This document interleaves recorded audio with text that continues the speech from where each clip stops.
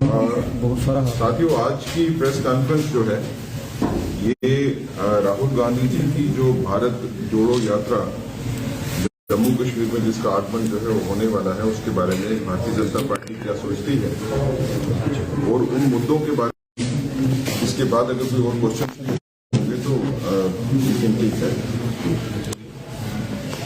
देखिए, कांग्रेस ने राहुल गांधी जी के नेतृत्व में जो भारत जोड़ो यात्रा शुरू की, अंतिम चरण में जम्मू कश्मीर में अभी आने वाली है। राजा जून 1947 में ही एक्सेशन करने के लिए राजी थे भारत में, तो पंडित नेहरू जी ने उस एक्सेशन को कंडीशनल बनाया।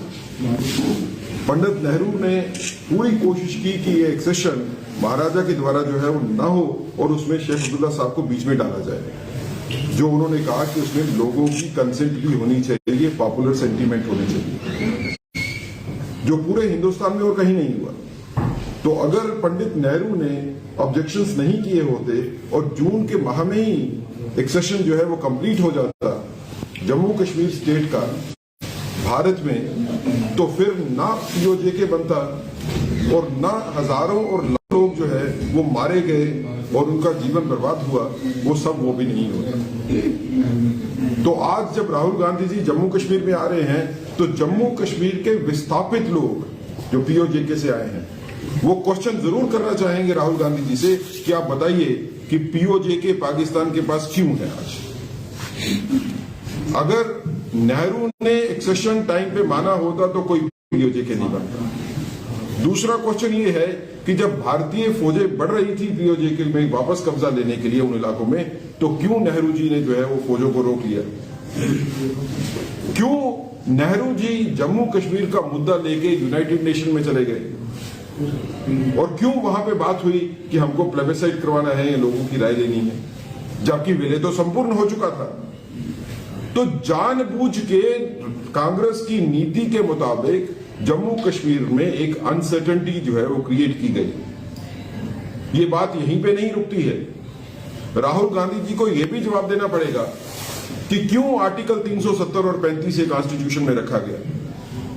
अगर 35 से और 370 कॉन्स्टिट्यूशन में नहीं होते तो सेपरेटिज्म जो है वो जम्मू कश्मीर में नहीं होता।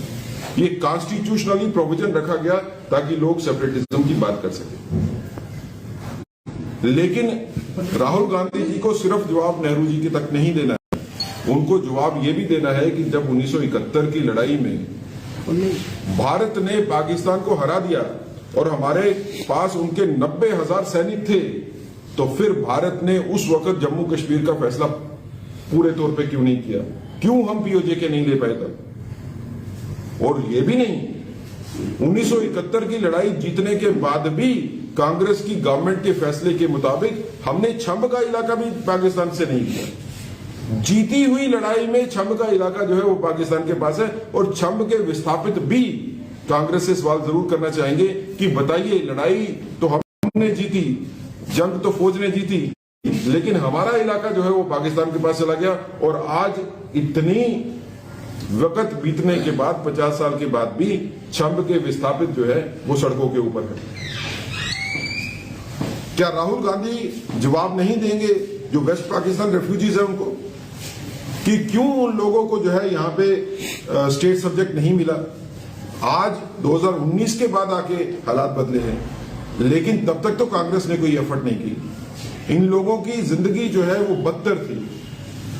क्या राहुल गांधी जवाब देंगे वाल्मीकि समाज को कि जिनका पीएचडी करके जो या लड़की वो तब भी सफाई कर्मचारी ही लग सकते थे? क्या वो समाज जवाब देंगे गोरखा समाज को? क्या वो समाज जवाब देंगे उन परिवारों को जो जम्मू कश्मीर की बेटियों के परिवार थे जिनको हक नहीं था?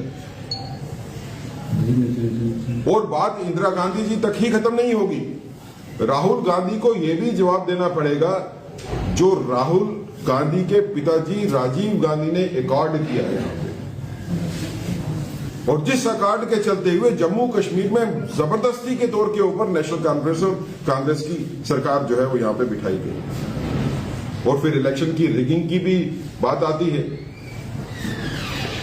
कि जिससे जो है वो विस्थापन शुरू हुआ कश्मीरी पंडित समाज का। तो क्या कश्मीरी पंडित समाज जो है वो राहुल गांधी से ये नहीं पूछेगा कि आप लोगों की कार्रवाइयों की वजह से 1947 से शुरू हुई आपकी, लेकिन 1990 तक आते हुए लगातार कांग्रेस की नीतियों की वजह से एक बड़ा पलायन शायद दुनिया में कहीं नहीं हुआ, अपने ही देश में विस्थापित बन गए। आज जब जोड़ो भारत की बात कर रहे हैं राहुल गांधी जी, तो बताइए कि भारत को तोड़ने की बात किसने की? आप यात्रा तो भारत जोड़ो की लेके आते हो, लेकिन आपकी हिस्ट्री ये बताती है कि कांग्रेस ने लगातार कोशिश यही की कि भारत का जोड़ना किसी तरह से रुक सके। अगर जोड़ना होता भारत को तो एक्सेशन जो है उसी टाइम पे मान लेते जून 1947 में। अगर आपको रेफरेंस चाहिए तो नेहरू जी की स्पीच जो है 1952 में, उसको भी देख लीजिए जो पार्लियामेंट में है, और जस्टिस मेहरचंद महाजन जो प्राइम मिनिस्टर थे जम्मू कश्मीर के, उनकी जीवनी को पढ़ लीजिए, जिन्होंने कहा कि मैं तो ऑफर लेके गया था नेहरू जी के पास जून 1947 में, लेकिन नहीं माने। और आज भारत जोड़ो यात्रा जो है उसके साथ कौन लोग मिल रहे हैं, इसकी तरफ भी नजर रखिए। आज गुपकार गैंग राहुल गांधी जी के साथ मिलके ये भारत जोड़ो यात्रा में इसका हिस्सा बन रहा है। कौन है ये लोग? ये वो लोग हैं जो चाहते हैं कि चीन के साथ बात हो। ये वो लोग हैं जिनका की सियासी मौक़िफ़ है कि पाकिस्तान के साथ बात, जो चाहते हैं कि भारत पाकिस्तान के साथ बात करे जम्मू कश्मीर के बारे में। भारतीय जनता पार्टी ये मानती है कि हमको किसी से बात करने की जरूरत नहीं है। पाकिस्तान के साथ अगर बात होगी तो सिर्फ पीओजे के ऊपर बात होगी और किसी के ऊपर बात नहीं होगी। लेकिन क्या राहुल गांधी ये चाहते हैं कि वो देश जिसने कसाब को जम्मू कश्मीर और भारत में भेजा, वो देश जो लगातार टेररिस्ट को जम्मू कश्मीर में और भारत में भेज रहा है अशांति फैलाने के लिए, क्या उस टेररिस्टों को भेजने वाले देश के साथ बात होनी चाहिए जम्मू कश्मीर के बारे में या शांति के बारे में? तो आप किसके साथ खड़े हो? राहुल गांधी को यह जवाब देना पड़ेगा कि आप किसके साथ खड़े हो। क्या आप भारत के साथ खड़े हो? क्या आप भारत की शांति के साथ खड़े हो? क्या भारत को इकट्ठा रखने वाली ताकतों के साथ खड़े हो? या फिर जो आपका हिस्ट्री है और जैसे आपका मंशा दिखती है कि आप उन ताकतों के साथ खड़े हो जो भारत को तोड़ने की बात करती है, जो समाज को तोड़ने की बात करती है।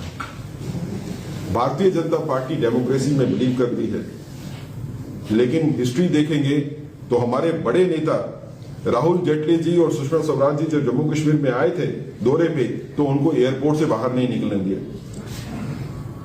हम तो स्वागत करते हैं, because Bharatiya Janata party believe करती है डेमोक्रेसी में। हम स्वागत करते हैं राहुल गांधी जी का कि वो भी यहां पे आए, लेकिन हम चाहेंगे कि राहुल गांधी जो है इन क्वेश्चंस के आंसर जरूर दें यहां पे आके। 2019 के बाद के अगर आप हालात देखें तो जम्मू कश्मीर में पहली बार आपको स्थायी शांति का एक यहां पे एग्जाम्पल मिल रही है कि बड़ी तेजी से हालात बदले हैं। कुछ ताकतें जरूर हैं जो इस शांति को भंग करने की कोशिश कर रही हैं, लेकिन सख्ती से उनके साथ निपटा जा रहा है। ये कुल मिला के सिर्फ सियासी गेम है, ये भारतीय जनता पार्टी समझती है। इसमें देश को बचाने की कोई मंशा नहीं है, इसमें देश को बांटने की मंशा है, ताकि लोग रिलीजन के नाम के ऊपर, सेंटिमेंट्स के नाम के ऊपर और रीजनल कंसिडरेशंस के नाम के ऊपर बट जाएं, और इस बटे हुए सिचुएशन में जो है उसका कांग्रेस और गुपकार गैंग कैसे फायदा ले सकती है, ये टोटल इसका सियासी मौकफ जो है वो